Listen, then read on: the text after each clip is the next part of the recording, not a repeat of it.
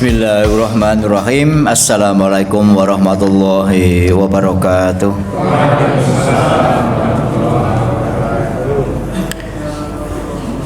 Alhamdulillahilladzi an'ama alaina bi ni'matil iman wal islam wassihat wassalamah. Asyhadu an la ilaha illallah wahdahu la syarikalah wa asyhadu anna Muhammadan abduhu wa rasuluh la nabiyya ba'dah. Allahumma sholli ala Muhammad wa ala ali Muhammad, amma ba'd. Qala Allah ta'ala fi kitabihil karim, a'udzu billahi minasy syaithanir rajim. Bismillahirrahmanirrahim. Wa idza sa'alaka 'ibadi 'anni fa inni qarib ujibu da'watad da'i idza da'ani falyastajibu li wal yu'minu bi la'allahum yarsyudun. Shadaqallahul azim. Bapak Ibu jamaah salat tarawih rahimakumullah, tidak lupa pertama mari kita senantiasa bersyukur kepada Allah Subhanahu wa ta'ala, karena masjid yang kita bangun, masjid yang kita dirikan ini bisa kita hidup-hidupkan, bisa isi dengan kegiatan rutin yaitu jamaah sholat. Apalagi di bulan Ramadan tentu tidak akan dibiarkan kosong dan senantiasa kita hiasi dengan amal soleh. Semoga langkah kita keluar dari rumah, entah pakai motor, pakai mobil, apalagi pakai skuter, sukune diputer alias jalan kaki, semuanya dicatat dibalas oleh Allah Subhanahu wa ta'ala dengan barokah dan nikmat yang berlipat ganda. Amin ya rabbal alamin. Sholawat dan salam kita sampaikan pula kepada Nabi kita Muhammad sallallahu alaihi wasallam. Sebagai orang Islam yang sudah beriman kepada Nabi Allah seluruhnya, terutama adalah Nabi Muhammad, dan kita juga sudah berikrar dengan syahadatain sehari semalam berapa kali? Berapa? Nah, 17 kali. Maka sudah selayaknya lah ikrar kita, syahadat yang kita lafalkan itu kita wujudkan dalam bentuk keikhlasan kita berittiba kepadanya. Insya Allah hidup yang hanya sekali di dunia ini, jika kemudian kita ini berittiba kepadanya, maka kita akan mendapatkan satu kebahagiaan baik di dunia maupun di akhirat. Bapak Ibu rahimakumullah, orang hidup itu memang tidak boleh susah, betul enggak? Ya. Jadi orang hidup itu harus bahagia. Punya uang banyak, bahagia. Apalagi bisa terbang naik pesawat, betul? Nah, seperti Pak Haji Kampono nih baru pulang dari umroh, mudah-mudahan mabrur. Punya uang sedikit juga bahagia. Bahagianya di mana mungkin? Kena uangnya sedikit kok bahagia. Kalau orang punya uang sedikit itu tidak kepikiran yang tinggi-tinggi untuk beli yang macam-macam, alias yang dibeli sesuai dengan kemampuannya. Tetapi kalau orang itu tidak punya uang sedikit, dia tidak bahagia, tidak qanaah, keinginannya membumbung setinggi langit, lalu nafsunya itu begitu tinggi, akhirnya terdorong untuk berbuat yang tidak baik. Contohnya apa? Nah, mencuri, garong, korupsi, manipulasi, ngapusi, dan segala macam. Kenapa masih saja ada orang yang seperti itu? Karena orang memaknai hidup itu hanya di dunia ini. Dia tidak sadar bahwa nanti setelah hidup akan dihidupkan kembali oleh Allah dan akan dibalas seluruh apa yang pernah dilakukan di dunia. Famay ya'mal mithqala dzarratin khairan yarah wa may ya'mal mithqala dzarratin syarran yarah. Perbuatan baik akan ditunjukkan, perbuatan jelek juga akan ditunjukkan. Kita harus percaya. Bapak Ibu rahimakumullah, alat seperti ini munculnya kapan? Baru sekitar 10-15 tahun yang lalu. Mungkin malah nggak ada. Dulunya adalah HP apa? Simen. HP apa? Nokia. Seri berapa? 3315. Nggak bisa untuk merekam, nggak bisa untuk video, nggak bisa untuk foto. Betul Bu? Begitu ada ini, semuanya orang berlomba-lomba untuk selfie, untuk mengabadikan apa yang sedang dilakukan. Dan ternyata apa yang ada di dalam HP kita ini terekam oleh provider, terekam oleh sistem. Maka siapa saja bisa ngelacak. Bukan saja aparatur keamanan, kita sendiri pun bisa ngelacak sebenarnya anak kita melakukan apa dan posisinya ada di mana. Betul? Nah, ini dulu belum ada, sekarang ada. Padahal famay ya'mal mithqala dzarratin khairan yarah itu 14-15 abad tahun yang lalu sudah dinyatakan oleh Allah. Berarti itu pasti terjadi. Innallaha la yuhliful mi'ad. Gusti Allah niku ora bakal mlenjani janji, tidak mungkin bohong, tidak mungkin ngapusi. Dan yang bohong maupun yang suka ngapusi adalah orang, ya kan? Malaikat tidak mungkin bohong, malaikat tidak mungkin marah. Malaikat itu la ya'sunallaha amarahum wa yaf'aluna ma yu'marun. Setan juga nggak mungkin bohong, tapi setan itu konsisten apa? Goda manusia. Tidak pernah setan itu mengajak kepada kebaikan. Makanya apa? Menggoda dari min aimanihim wa an yaminihim wa an syama'ilhim wa min fawqihim wa min tahtihim wa an aitihim wa an arjulihim. Semua akan dijadikan media oleh syaitan untuk menggoda manusia. Bapak Ibu rahimakumullah, orang yang menginginkan bahagia dengan konsep menghalalkan segala macam cara karena tidak qanaah dengan uang yang sedikit, pengen menggapai bulan. Padahal kalau bulan seperti malam ini, bulan purnama apa? Bulan kerowak. Hah? Kalau bulan yang paling indah bulan apa? Ya bulan Sari. Artinya bulan kita sendiri, betul kan?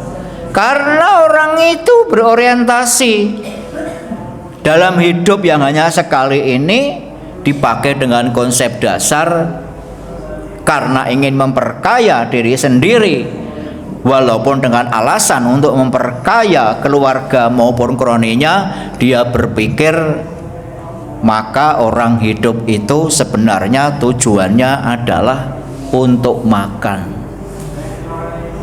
Hidup untuk makan. Ketika orang itu tujuan hidupnya adalah untuk makan, maka yang dipakai berpikir setiap saat adalah aku sesok mangan sopo.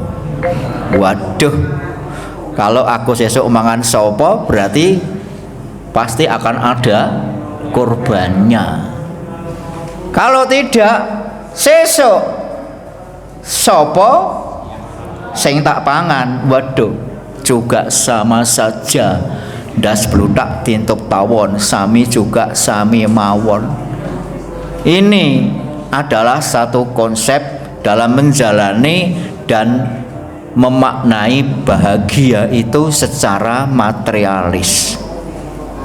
Bapak Ibu rahimakumullah, orang yang berpuasa itu memang dinyatakan oleh Rasulullah sallallahu alaihi wasallam dalam sebuah hadisnya, lisaimi farhatani, bagi orang yang puasa, dan kita ini semuanya adalah puasa, maka akan mendapatkan dua kebahagiaan. Ini janji Rasulullah, ini kata syariat Islam. Apa? Yang pertama adalah indal liqa'i rabbihi, ketika nanti kita bertemu dengan Allah Subhanahu wa ta'ala. Bu, panjenengan yakin nanti akan ketemu dengan Allah? Siap ketemu? Padahal ketemu mesti harus melalui siap mati. Padahal belum punya cucu, padahal belum mantu, gimana? Siap tidak siap? Karena kita ini tahu dalam Al-Quran dinyatakan, idza asobathum musibatun qalu inna lillahi wa inna ilaihi rajiun. Kita ini milik Allah, dan nanti pada saatnya pasti akan kembali kepada Allah Subhanahu wa ta'ala. Ya Mas, Pak Karso sekarang di mana? Sudah kembali kepada Allah. Itu nikmat tersendiri, kembali kepada Allah. Kenapa? Ya karena Allah mencukupkan dengan usia sekian, dengan tabungan amal yang soleh, maka kemudian dimatikan.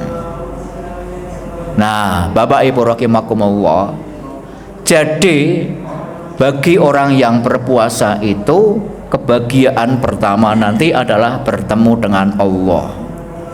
Sedangkan bertemu dengan Allah itu identik dengan masuk surga. Kalau orang-orang yang beragama lain, kalau agama Hindu, Buddha, masuk ke nirwana. Pilih mana surganya, dunia dengan akhirat? Hah? Nah, kalau surga dunia itu seperti tempat ini. Ibu-ibu, bapak terasa sumuk? Tidak. Tempatnya bersih? Bersih. Suaranya berisik? Tidak. Berarti kalau begitu bahagia dunia itu kalau tidurnya nyenyak, makannya enak, kursinya empuk, istrinya banyak, istrinya maca, anaknya naik prestasi tinggi. Bapak Ibu rahimakumullah, kalau orang yang berpuasa itu pahalanya, balasannya masuk surga, itu tidak salah. Tetapi ada kata kuncinya untuk bisa masuk surga. Apa? Tidak boleh bohong. Sederhana, tidak boleh bohong. Makan di warung mie ayam, di situ kan ada mendoan, di situ ada kerupuk, Di situ ada kelanteng makan mie ayam tambah kerupuk. Pun Mas, pinten mie ayamnya 3, kerupuknya kalih, padahal makannya 5. Enggak ketahuan. Itu berarti apa? Dia sudah berbohong. Wong makannya 5, kenapa hanya bilang 2? Nah, Bapak Ibu rahimakumullah, persoalan jujur dalam beribadah puasa itu dinyatakan di dalam hadis Rasulullah riwayat Muslim nomor 1763. Qala Rasulullah sallallahu alaihi wasallam, "Malam yada' qaulaz zur wal 'amala bihi falaisa lillahi hajatun ayyada'a ta'amuhu wa syarabuhu." Siapa yang tidak bisa meninggalkan qaulaz zur, perkataan bohong, maka Allah tidak membutuhkan orang itu menahan lapar dan haus, alias percuma haus, alias percuma lapar, tetapi orang itu masih berbuat bohong. Nah, saya agak sedikit melihat, sepertinya sekarang sudah tidak begitu getol, sudah tidak begitu banyak kaum muslimin yang antri di Sumberwangi, kecuali yang masih suka. Bu, nanti kalau Idul Fitri mau borong baju apa enggak, Bu? Hah? Mau beli kerudung enggak, Bu? Di rumah sudah punya kerudung belum, Bu? Jumlahnya berapa, Bu? Enggak terhitung. Lah ketika ditanya suaminya, sudah punya kerudung belum? Jawabnya, Bu, kalau belum tanda koma masih mending, tapi belum titik berarti itu bohong, padahal sudah punya. Nah, apa hubungannya puasa dengan bohong? Apa hubungannya puasa dengan tidak aksi borong? Karena saum itu artinya adalah menahan keinginan, menahan kemauan. Menahan apa? Dalam sebuah hadis dinyatakan, yaitu pertama adalah yada syahawati, menahan syahwat. Pun syahwat ini apa? Syahwat itu tidak mesti diartikan dengan berhubungan suami istri, apalagi kalau sudah kaki-kaki ini mana prei. Betul? Ini Pak Romat nggak tahu ya nih. Masih kuat, ya Bu. Nah, bukan syahwat itu hanya soal suami istri, tapi syahwat itu adalah syahwat juga yang berkaitan dengan israf, berlebih-lebihan di dalam memenuhi hajat kebutuhan hidup. Kalau memang sudah dicukupkan oleh Allah dengan apa yang dimiliki, walaupun ada uang, kenapa mesti harus membeli? Loh, katanya Idul Fitri itu harus bajunya baru. Kalau tidak baru, innalillah. Kalau baru, alhamdulillah. Ya betul saja, kalau baru alhamdulillah, karena bisa beli baju baru. Bapak Ibu rahimakumullah, kalau puasa itu adalah bulan menahan syahwat, maka seharusnya di bulan Ramadan itu kita banyak menabung amal soleh, juga menabung uang yang nilai manfaatnya lebih tinggi. Apa? Yaitu menunaikan zakat fitri. Apa zakat fitrah? Fitrah apa fitri? Kalau fitri selatan masjid. Ya, zakat fitri, zakat makanan. Ini dan juga bisa digunakan untuk mempersiapkan anak-anak kita untuk membesarkan, membangun, memperbaiki masjid musola, untuk membangun, memberi sumbangan kepada guru-guru TK, baik di TK Aisyah maupun sekolah Muhammadiyah dan kepentingan masyarakat pada umumnya. Ini Bapak Ibu. Jadi apa yang dikatakan oleh Direktur Bank Indonesia ketika bulan Ramadan itu tingkat inflasinya tinggi karena orang-orang Islam itu israf, aksi belanjanya sangat tinggi yang seharusnya itu bisa dikendalikan. Nah, Bapak Ibu rahimakumullah, itu puasa dengan menahan syahwat. Yang kedua adalah yadu anil akli wasyurbi, menahan dari makan dan minum. Apa hubungannya makan dengan minum ditahan? Agar kita ini bisa menstabilkan kondisi badan kita.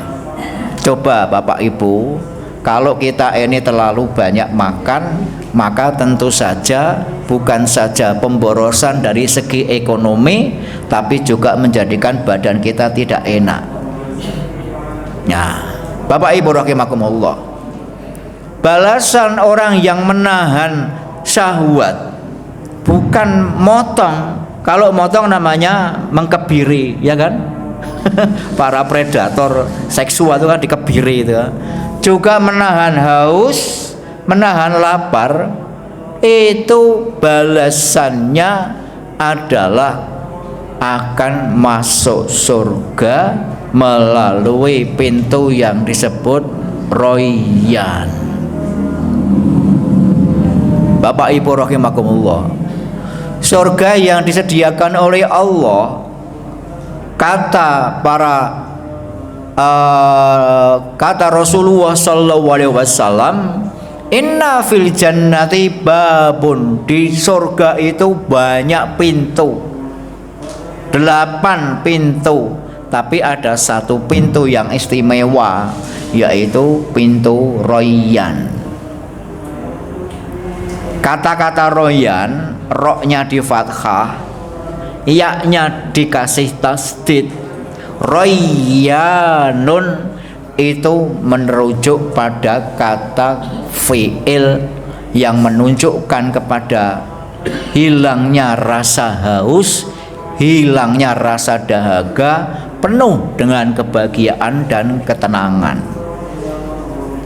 Lalu dalam hadis itu dinyatakan, yuqalu Rayyanu aina shaimu la yadkhuluna illa shaimun. Pintu Rayyan ini ngawe-awe.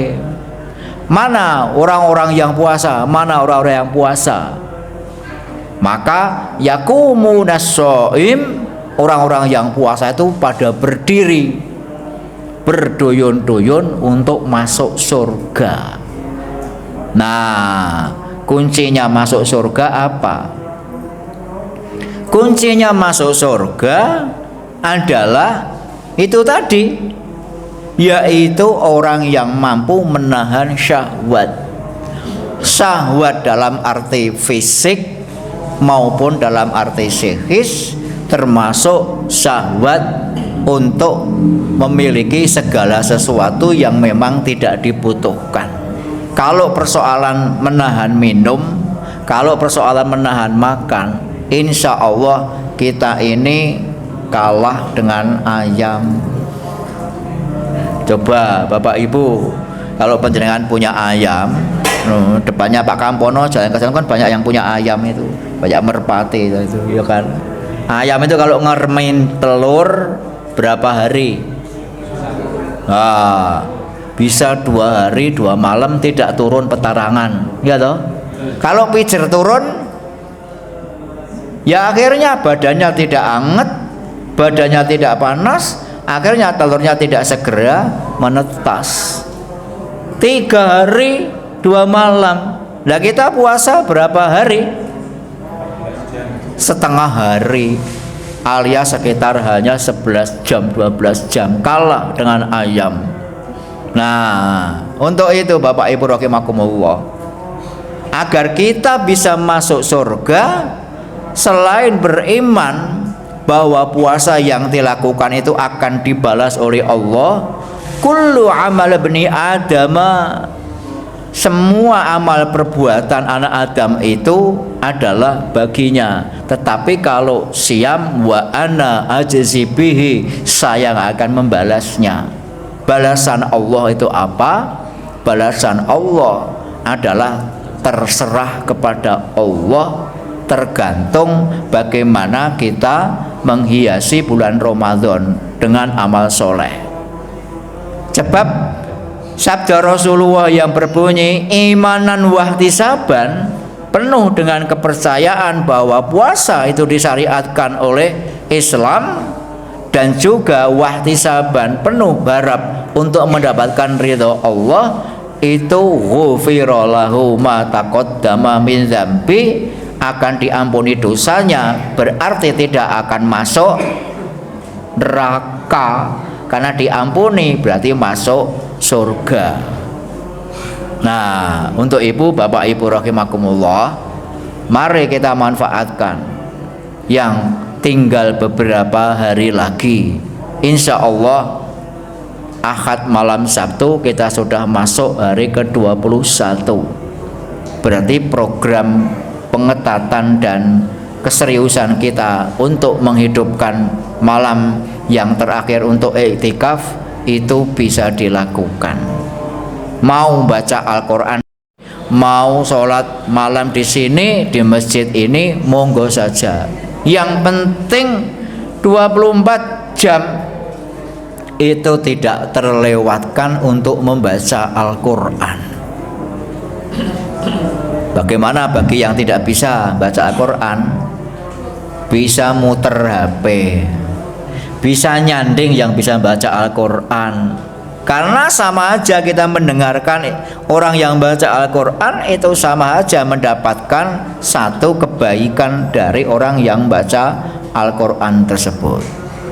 Nah, Bapak Ibu, yang kedua, orang yang berpuasa itu selain nanti ketemu dengan Allah, akan mendapatkan satu kebahagiaan yang tiada tara. Surga itu adalah yang indah, yang baik, dan seindah-indahnya surga di dunia itu adalah simetris seperti hotel. Ketika kita tidur di hotel bin Daud di Mekah maupun hotel di Medina, setinggi-tingginya hotel, kita hanya menempati satu kamar. Udah mau kamar bintang 7, bintang 6, bintang 9. Kalau bintang 7 obat mumet zaman dulu itu kan, itu ndak ada kamar itu yang di bawahnya mengalir sungai. Ada ndak? Ndak ada.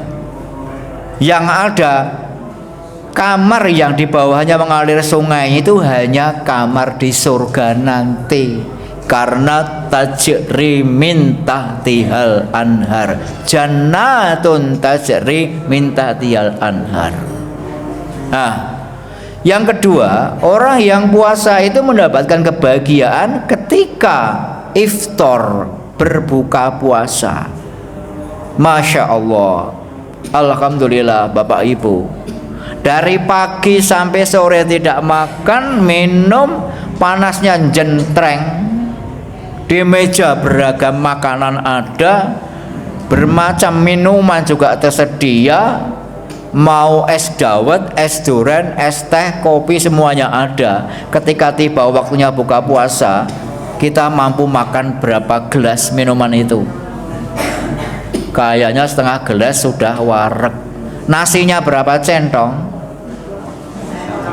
Setengah centong aja udah wareg. Bahagia rasanya apa? Dicukupkan oleh Allah dengan berpuasa, dicukupkan dalam memenuhi kebutuhan tersebut. Nah, Bapak Ibu rahimakumullah, ini sekilas tentang apa yang menjadi bebungah janji dan balasan dari Allah Subhanahu wa Ta'ala bagi kita yang berpuasa. Bapak Ibu rahimakumullah, masjid yang kita miliki ini monggo tetap dihidupkan. Bukan hanya di bulan Ramadan, tapi di luar Ramadan kita harus tetap istiqomah. Sebab apa? Lebih nyaman sholat di masjid daripada sholat di rumah. Kalau di rumah gangguannya banyak, ada suara apa itu radio, ada bau makanan dan segala macam. Tapi ketika kita di masjid ini nyaman dan tidak ada gangguan sedikit pun. Ini yang bisa saya sampaikan, dan sekaligus sedikit informasi Bapak Ibu rahimakumullah. Kemarin pimpinan daerah Muhammadiyah Kabupaten Banyumas sudah mengadakan turba. Nah, turba itu sebenarnya tidak lain adalah untuk penguatan bagaimana masjid mushola ini dikelola dengan sebaik-baiknya. Kalau sudah bersertifikat wakaf atas nama Muhammadiyah, struktur kepanitiaannya juga sesuai dengan aturan pimpinan daerah, juga ada unsur plangisasi, dan yang paling pokok yang di depan di sini itu jangan sampai kosong, harus ada imamnya.